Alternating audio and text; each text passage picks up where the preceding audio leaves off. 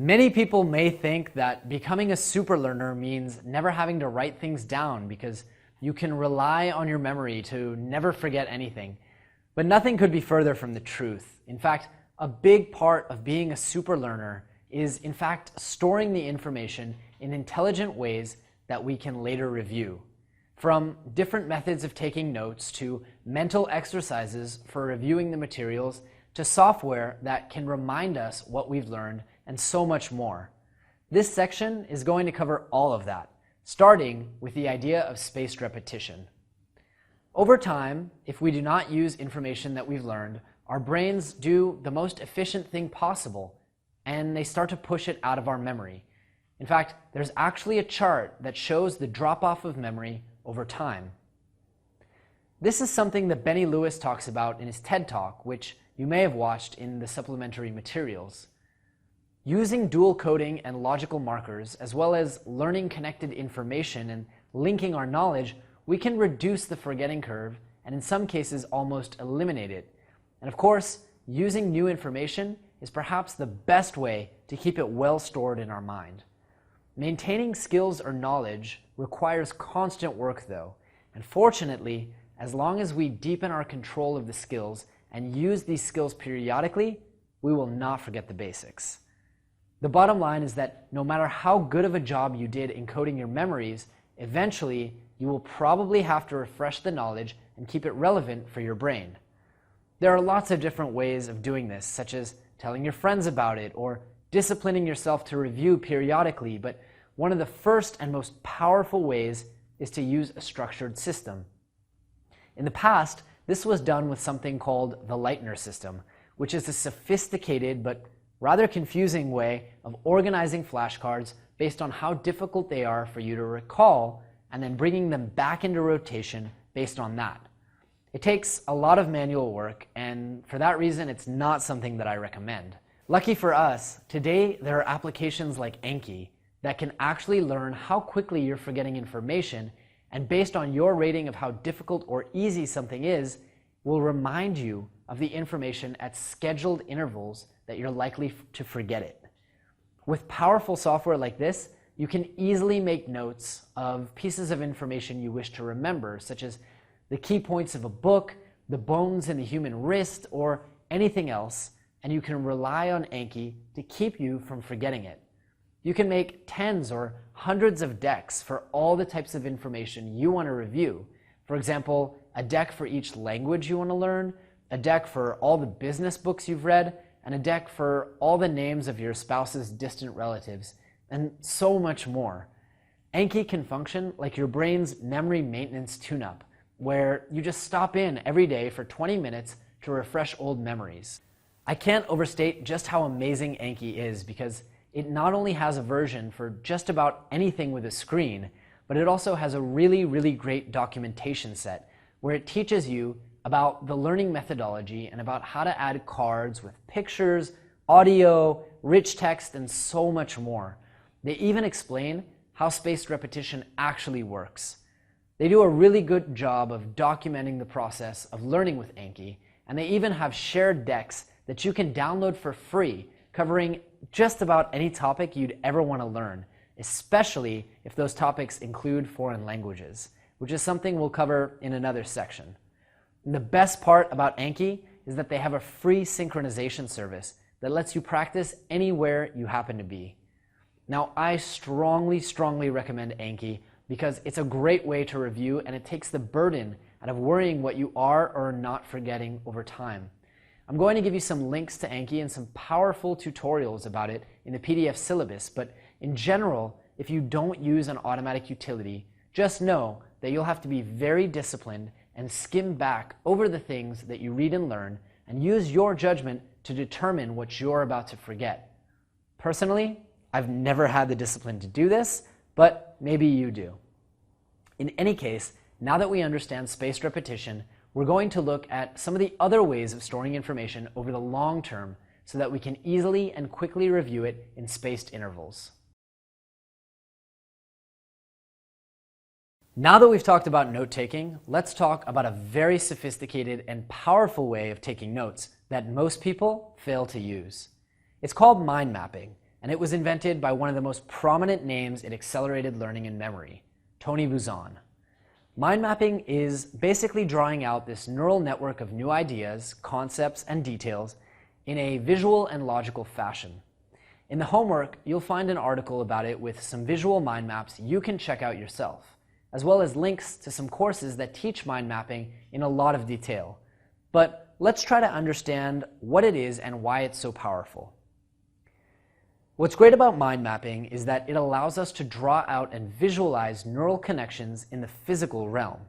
And since we already have a built-in system where we're encoding details to get back to the main concept, it's actually very easy for us to translate that into mind maps. Mind maps have a lot of benefits over traditional notes, not just because they're visual and allow us to sketch our markers if we want to, but also because they actually show the logical interrelation between different thoughts and ideas. On top of all of this, they're really fast and they're much easier to read and review than a boring outline structure. Just imagine that instead of jotting out notes for a book you read, you instead turn the entire book into one big mind map, noting out the major concepts or breaking out branches by chapters or any other structure you can imagine for translating the information into a visual layout. It doesn't even have to be a visual layout actually, because the technique of mind mapping even applies to imaginary mind maps that you draw up in your mind without ever having to rely on paper. Mind maps are a very personal thing though, and to get the most out of them, you're going to have to play with them and see what the best way for you to create and use them might be. To get you started though, we'll explain the adapted mind mapping technique developed by Dr. Lev for the SuperLearning methodology over his years of use and refinement. Though it's perhaps just a bit advanced for many students, Dr. Lev actually imagines a mind map as he creates chunks and reviews his markers. It's a powerful way of creating compound markers and preserving the logical flow of the text. First, let's address the issue of complexity. Some of you may have experienced fancy mind mapping applications with beautiful designs and tons of visual illustrations. You do not have to do any of that in your head. Don't worry about it. You need to keep only the following basics in mind. First, the anchor. The root node or anchor is the place from where you access your whole mind map. Whatever imagery you use for the anchor, make it stand out and make sure it's unforgettable. The anchor is like a personal title you give to an article. You should invest a disproportionate amount of time on it because it's very, very important. The anchor should summarize the essence of what you need to remember. You can think of it like the trunk of a tree. Next are the retrieval markers. The anchor is connected to the retrieval markers, which are like landing pages for various lines of thought. These markers are created after reading the article and are used as triggers to remember the root node from as many perspectives as the article supports. Invest a ton of time into these retrieval markers, or you may forget the whole mind map in a way that only spaced repetition can cure. Think of retrieval markers as the roots of your tree. Next are the main branches. The main branches are allocated for core ideas springing from the trunk. Typically, you have 3 to 6 main branches per mind map, which correspond to the sections within an article. The main ideas should come with viable markers. Invest a moderate amount of time here. Finally, we have the smaller branches. The smaller branches are allocated to supporting ideas, controversies, and facts. These are the bulk of your markers, and you should have approximately 2 per paragraph, subject to the density of the text. Don't invest too much time here. After all, you are speed reading. And don't forget that each branch should have a visual representation, either an icon or a 3D object or something like that, based on the methodology you're using. Ultimately, we also have the leaves. The leaves are the details and the facts, the numbers, and the specific information that can only be represented by little tiny leaves. Leaves are typically encoded back as details of the branch that supports them. For example, the color of the marker, its texture, its shape, or its design. However, if these details are complex, such as names or dates or formulas, they are encoded into separate yet smaller branches. All the leaves are typically encoded immediately after reading a paragraph. By the way, we also have strings. Most of us should not only retain what we read, but also generate new thoughts about it. While most of the articles we encounter are built like a tree, the way our stream of thought functions is more like a spider weaving a web between trees to catch elusive bugs of new creative ideas. For this reason, we often connect the small branches and the leaves of various trees with a translucent web of strings that Dr. Lev calls hyperlinks.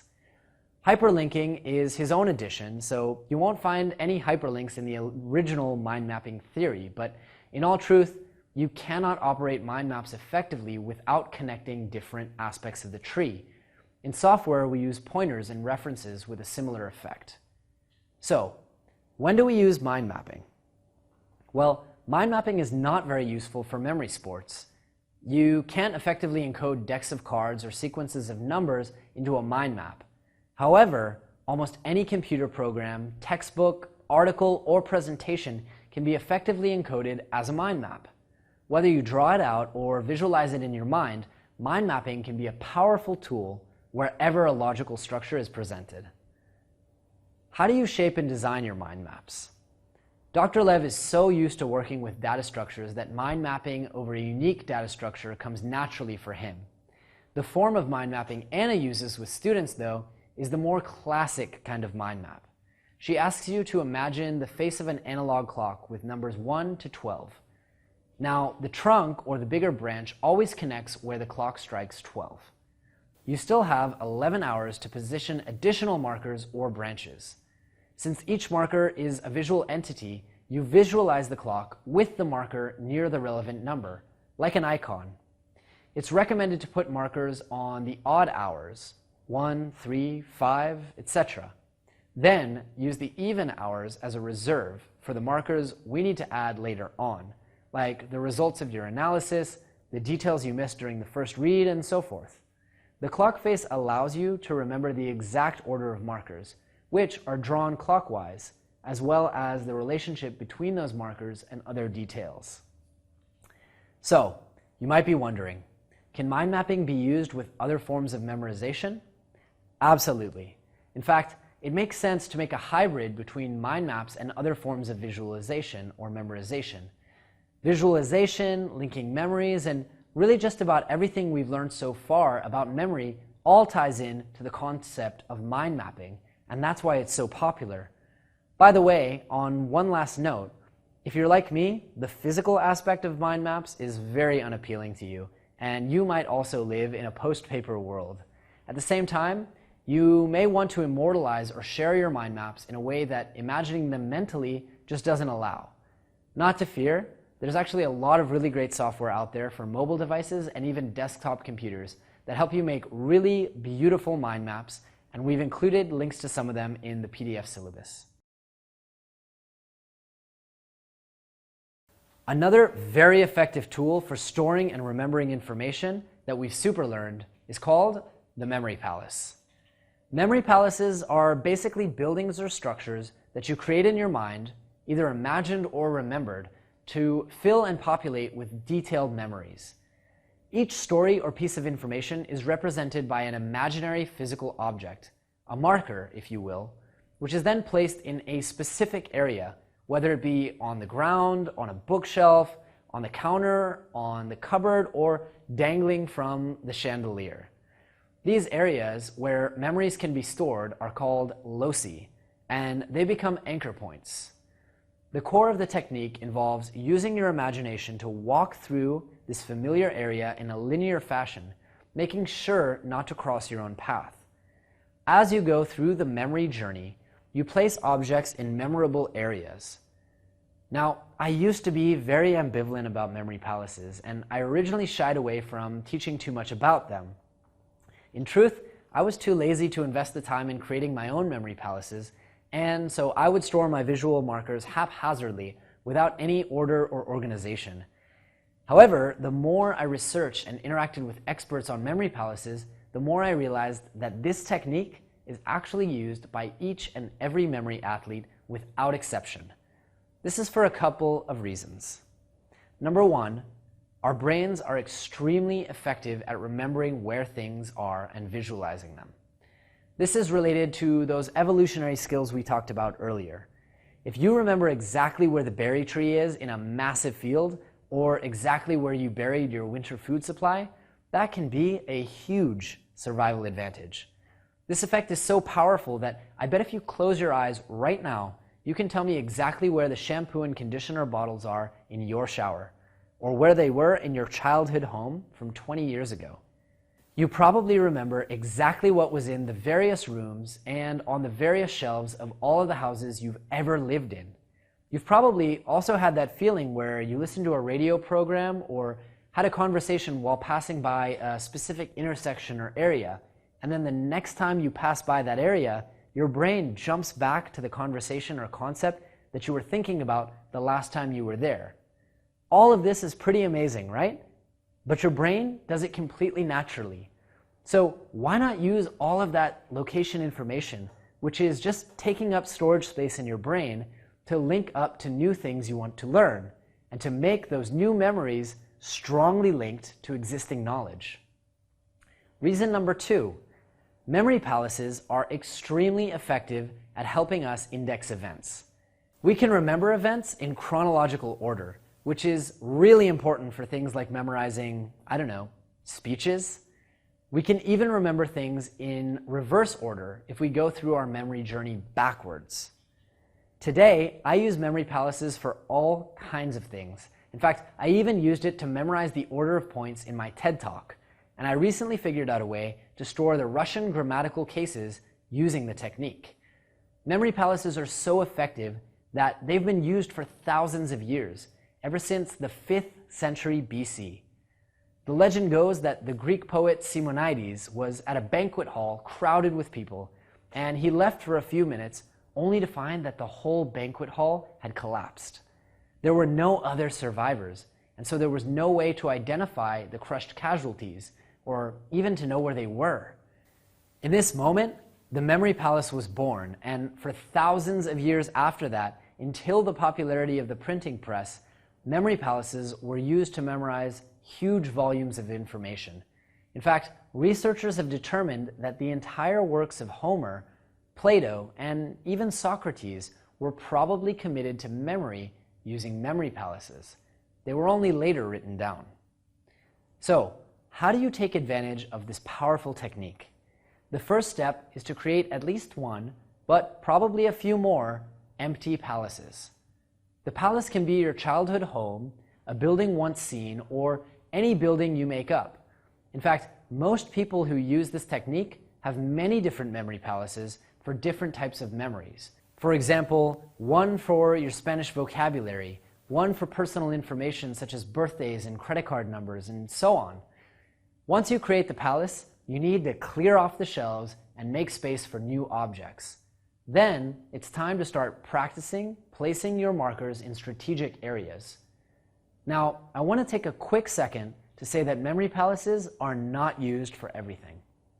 For example, it would be extremely difficult to use the memory palace or loci method to walk through an imaginary house while we're speed reading, and so we can't use this technique while we read.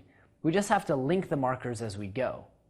Memory palaces are great, though, for memorizing stories, order of events, lists of items, and things like that, but only when we have the time to carefully populate and memorize the palace. So, if you read something, for example, and want to store the content into a memory palace, that's something you should do at the end of the chapter, not while you're reading. There are a lot of amazing resources involving memory palaces, and they go into much more detail than I can in just one short lecture. First, I'm going to refer you to a TED Talk by the former US memorization champion, Joshua Foer, where he explains how people are able to memorize 34 decks of playing cards back to back using memory palaces. Next, I'm going to link you to Foer's book, Moonwalking with Einstein, which I strongly recommend as homework for this course. Finally, I'm going to link you to a Udemy course, a blog, a book, and a podcast by my friend Dr. Anthony Metivier. Anthony's a good friend and a fellow Udemy instructor, and he's made an entire career out of teaching the magnetic memory method, a system based on creating and adapting memory palaces. He's written a number of books, he's released a number of courses, and he's a very active blogger and podcaster on the subject. It was actually Anthony who convinced me to invest in my own memory palaces, and he continues to help me develop this amazing skill as time goes on. These days, I use the technique for even the simplest of things. One little hack that I really like is to adapt the technique to my daily meditation. As a beginner in meditation, my brain immediately calls up the things that I need to remember to do and has some of its best ideas when I'm trying to concentrate on meditation. The standard practice is to observe the thoughts and to let them pass, which I do. But before I let these strokes of inspiration pass, I make a quick mental marker. For example, if I want to remember to post a poll on the SuperLearner Facebook group, I create a mental marker of a Facebook voting poll screenshot and I place it on an imagined bookshelf. This allows me to move on and lets the thought go with ease. By the time I finish my meditation, I may have 4 or 5 reminders. I've been amazed by just how well this all works. Even a month later, I remember all of these markers, where they are on the bookshelf, even without using the correct technique of walking through the building, and what they mean, even though I've already completed most of the tasks. I recently was interviewed by someone who read Joshua Foer's book and had done the practice exercise of memorizing a grocery list. 5 years later, he was able to remember over half of the list. Totally amazing. So your homework is to check out the supplementary materials and memorize your entire to-do list or grocery shopping list using loci and visual markers. Get funky and outrageous with them. You can turn email boss into a picture of Bowser, the big boss from Mario Brothers, sitting at the computer, or you can turn wash the car into a picture of 2 bikini-clad beauties sponging your car. Because you've become so skilled at creating detailed and creative markers, it really should be no problem. Don't make the mistake I made for years and stubbornly neglect the memory palace technique. It can make a massive difference in your memory capacity, so please do check it out. If you checked out that supplementary TED Talk about advanced memory, then you already know a bit about what we're going to discuss here. We're going to talk about how you can memorize strings of numbers for the long term, much longer than the technique you probably use of repeating the phone number over and over until you unlock your phone and enter it into the dialer. What we want to do when we have to memorize large sequences of numbers is unsurprising. We create detailed visual markers for those numbers. It's no different than markers when you read, actually. By creating visual markers for numbers, you can transform long strings of numbers into stories and memorize longer strings of information much more permanently than you could otherwise. I'm going to share with you 2 powerful systems, and you can decide which to use based on your needs and how much time and effort you're willing to commit. The first system is very simple. I can explain to you, and you can use it proficiently in just a few minutes. Essentially, what we will do in this method is to build a permanent marker for each number. I'll give you my own system and my own markers, but you should think about making your own if they're more emotionally relevant for you than they are for me. Keep in mind, the more ridiculous these markers are, just like with any markers, the better it's going to be. So, for the number 0, I use a bagel. For 1, I use a pen. For 2, I use a broken heart. 3 is, of course, a butt from a bird's eye view. 4 is a chair. 5 is a unicycle. 6 is a broken pair of glasses. 7 is a cliff. 8 is a racetrack. And 9 is a tadpole. From there, you can remember a string of numbers just like this. 8675309 becomes a story whereby the racetrack had a broken pair of glasses on it. The driver swerved to avoid them, and he ran off a cliff. The man on the unicycle in the crowd was shocked, and he fell on his butt, swallowing the tadpole that he was balancing on his tongue. Now, this is a truly ridiculous story, and so there's no way that you're going to forget the number, 8675309. But the truth is, it requires us to remember a lot of symbols, and that's where the next system comes into play. It's called the major method, and while it takes some time and effort to learn, it can be much more effective due to its compressed and condensed nature. Here's how it works. In the major method, every digit is converted into a consonant or sound. Now, I know what you're thinking. Sounds are not the best way to memorize, and that's true, but when you add those sounds up, they actually become a series of words, and those words can become pictures. I'll demonstrate in a moment, but first let's define what each of our digits are and what sound they represent. The hardest part of using the major method is doing the work up front to remember which number goes to which consonant. So as I go through and tell you each one, I'm going to give you a nice little tip to remember it. 0, because it's cero with a C or zero with a Z in most languages, is an S or Z sound.